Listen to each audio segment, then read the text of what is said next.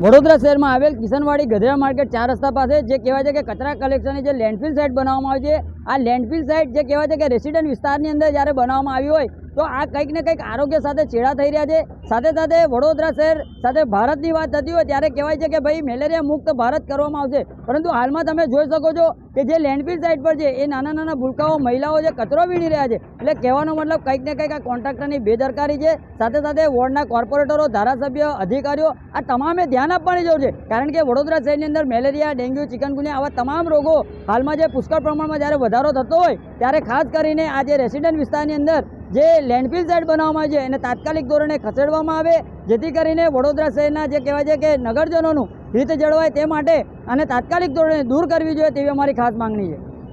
વડોદરાના સમાચાર જુઓ તથા આપણી ચેનલને સબસ્ક્રાઇબ કરો અથવા સંપર્ક કરો.